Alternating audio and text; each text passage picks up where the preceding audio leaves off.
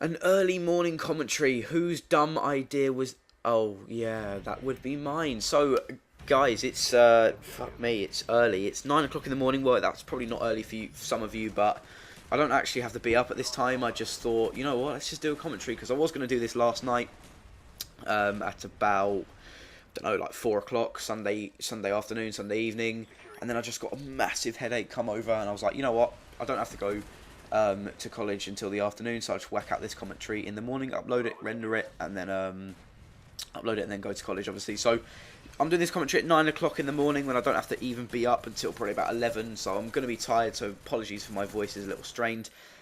So by the time you see this video, it should be around 11, maybe lunchtime.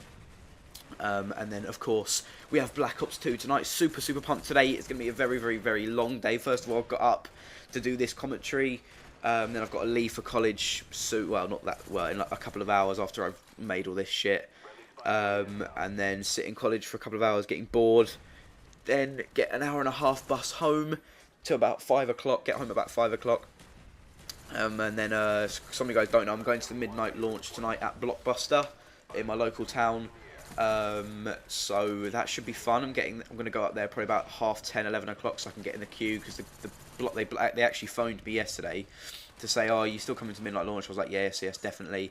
And they were like, oh, I advise you to get there early, because we've had something like 900 orders or something ridiculous, like 900 pre-orders, so there's going to be like 900 people there picking up the game tonight, so I best get there early to get in the queue and try and be one of the first people. They said they want to get everyone paid and everyone out the door by midnight, so hopefully I'll be home by about 1 o'clock, and then gonna be cracking on with the gameplays, getting a video out. I'm not sure if we're actually allowed to upload at midnight or we have to wait till 8 AM.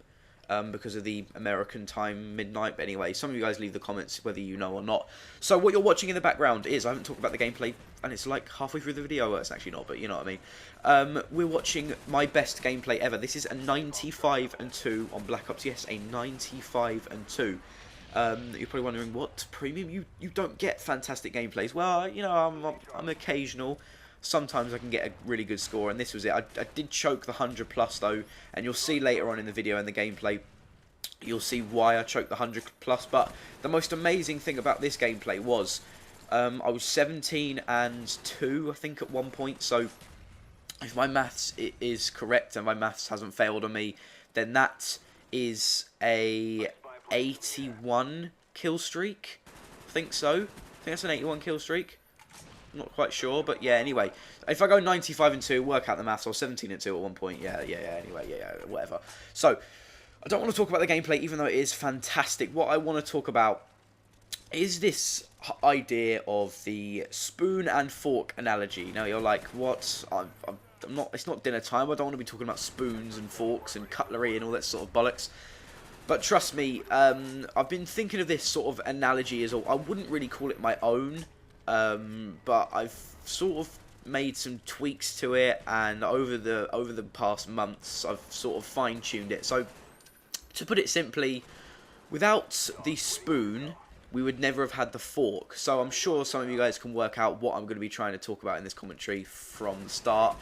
But you can break it down into like loads and loads and loads and loads and loads and loads and loads of different areas and topics in general life. But we're going to be sort of focusing more on the YouTube side. So, without the spoon, you wouldn't have never had the fork. So, without the first commentators, without Hutch, without Blame Truth, without, I'm not sure who else did it, but I know those two for certain. I didn't really watch YouTube from the start. This was back in like 2004 when COD 4 dropped and the first gameplay commentaries went out. It was first of all gameplays, and then I think Blame Truth, one of his friends, suggested to him that he should whack over a commentary over the top, and that's what he did. And look at where we are today. We've got a massive, thriving community. Yeah, we have some arguments at times, and there's usually some Twitter beef in not exclamation marks, hyphen, whatever the fucking speech marks. That's the one.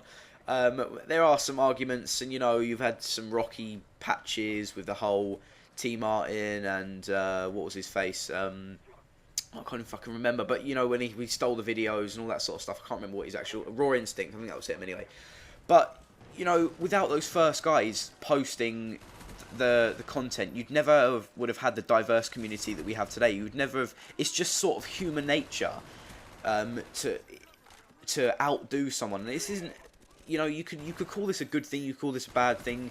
Competitiveness is good to some extent, but also it can fuck you over, because in the YouTube community, I know I've been here for quite a while. I've been here for like a year and a bit now, and I've seen my fair share of people trying to outdo each other, and I don't understand why we can't just work together to sort of build this community. But, you know, in general life, competitiveness isn't a particularly bad thing. Without competitiveness, we wouldn't strive to achieve the human race that we are today. Without the first maybe computer that was ever built, you would never have got those I hate to call them nerds and geeks and stuff, but without those fantastic, clever scientists and all those inventors, you would never have got the fucking iPad of today. You would never have got the iPod. You would never have got the Mac. You would never have got the Xbox, probably. You would never have got the PS3. You would never have got YouTube itself. So to think that we've got here, I'm posting this video onto my YouTube channel because someone started this off,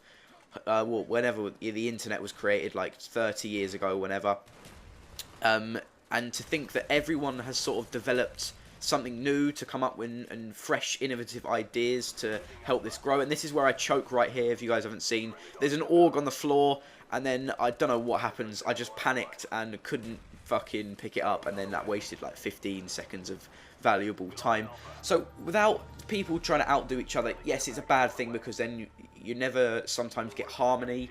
But also without it, you'd never come up with new, fresh ideas to make things better, you know what I mean? You'd never come up with more medical research, and because you're using old people's techniques and trying to bring the new light on stuff. So anyway, hope you guys enjoyed this sort of weird little topic. If you guys understood what I was talking about for half the time, please leave a thumbs up. It really does help me out. If we get 50 likes on this video for an awesome gameplay, my best gameplay ever.